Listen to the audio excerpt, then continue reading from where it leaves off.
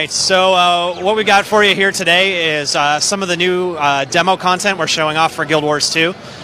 First off, we're showing the engineer profession, which is our most recently announced profession here.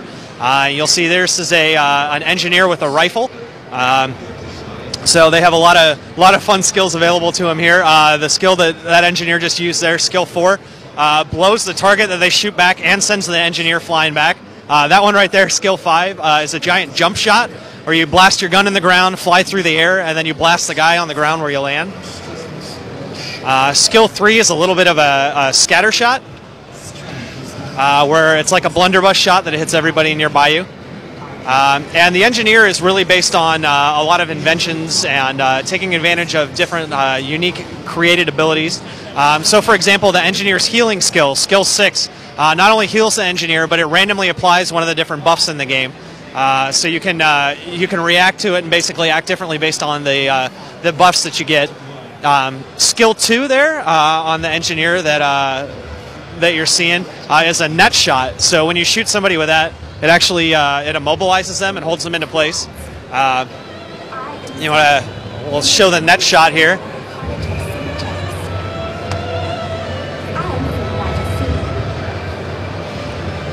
So you can use that in combo together to keep guys off of you while you're blasting them.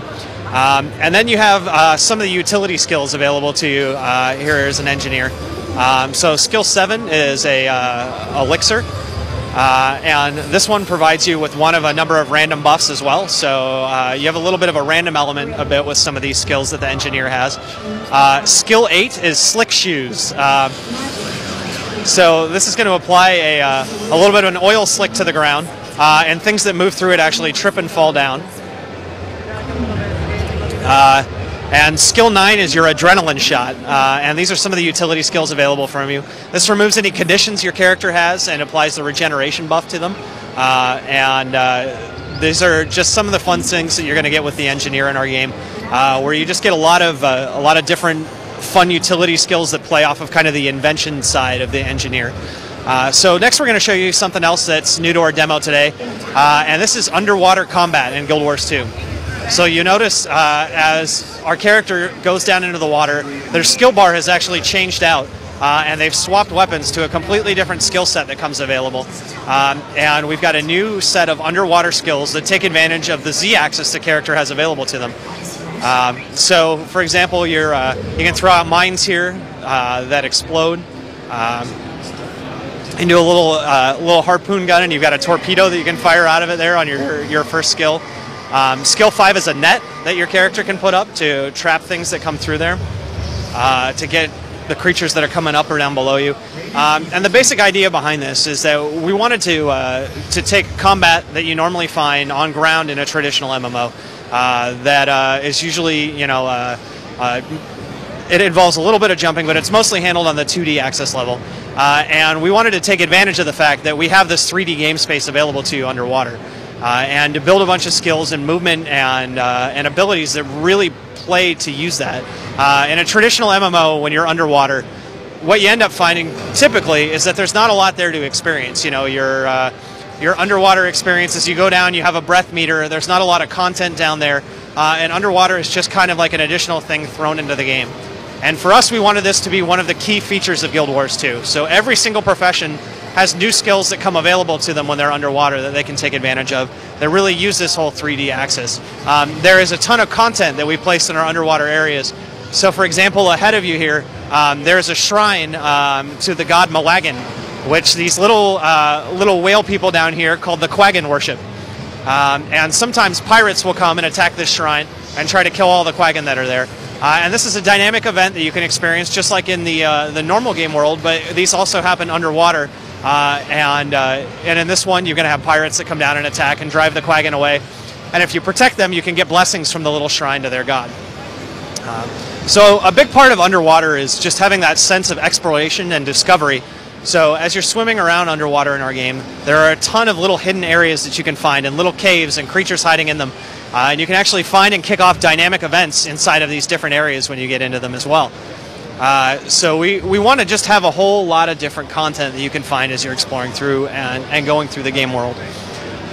So one other interesting thing about combat underwater is above ground, if you tap the movement skills one direction rapidly, you're going to dodge out of the way of stuff. Now underwater you can do the same thing, but you rapidly swim out of the way to dodge out of the way of attacks. So for example, you can see our character here is rapidly dodging to avoid the fish, and then has got it caught in the net, and has been blasting away at it from a distance here. So we can head back up on land here, and we'll show you off a little bit more about the different weapons that the engineer has available to it, and some of the different things that sets the engineer apart from some of the other professions. We just have to escape from this giant fish here. So one of the things that makes the engineer unique is some of their utility skills they can equip are kits that change out the initial skills on their skill bar. So for example, we can get out we'll get out a bomb satchel. And when you equip the bomb satchel, you'll notice that the first 5 skills on your skill bar have changed now. And the character is holding a bomb satchel, and you can throw fire bombs and concussion bombs. And this is basically a whole new format of skills that comes available to this player. And they have a whole bunch of different kits like this that they can use. So the bombs are more about positioning, and they're very up-close attacks that you use next to you. There are other kits that come available as well that are used for different locations and different situations. And as you can see here, our character is showing that you can actually hot swap out of these kits in combat and jump back over to your rifle, and now suddenly you're right back into using your rifle skills again to change up the way that you're fighting. So we're going to show you a couple more kits here. As soon as we're out of combat, we'll show a couple more kits. Oh, we've bled to death. This is one of the unique mechanics about Guild Wars 2. When your character dies, you get a last chance to kill other creatures nearby and to bring yourself back to life. So this is, our char here has nothing nearby that they can kill, so unfortunately they're not going to have the ability to do that. So they're going to go to a nearby waypoint and rally. But when you're in that down state, if you manage to kill any creatures, you actually pop back to life and you get a second chance to keep fighting. Also at this point, other characters can come up to you and they can kneel down and res you. And all the characters in the game are capable of resurrecting one another. The idea behind this is so that we build a little bit of a sense of community within our players, where everybody is capable of resing and saving one another if they get into trouble. So other players being nearby is actually a benefit to you. Whereas in a traditional MMO, you don't necessarily want to have other players nearby because they're actually kill stealing from you and stealing your loot and making it harder for you to do your quest. So not only can other characters resurrect one another, but also if one character attacks a creature and somebody comes up and helps them kill that creature, everybody gets loot for it, everybody gets experience for it. So when you're playing with other characters, it's actually a beneficial experience instead of an experience that, you know, you see another character like, oh god, this guy's going to ruin my quest and kill all the stuff that I need. So getting back to the engineer here, we talked about kits. This next kit that the engineer has switched over to is the flamethrower kit. This one's one of my personal favorites. You get a lot of skills where you can unleash a gout of flames in front of you. You can put down a wall of fire that burns everything that gets within it. Oh, and we're back in our down mode here. So we can show this one off. If the engineer is capable of killing somebody in this time, they're going to rally here. So we'll see if they can pull it off. So they're setting mines, they're throwing grenades, they're trying, oh, and they got out of it. They saved themselves. So they're back up again. And they've swapped back over to their flamethrower, and they're going to town with that flamethrower on this guy. They got their flame wall. And you can unleash a little ball of magma that goes to the guy in a concentrated flame shot. And we've taken that one out. All right, so we'll show you one more kit here. We'll show you the turret kit, which is another one of the great things that the engineer has available to it. In this case, it's going to equip the rifle turret.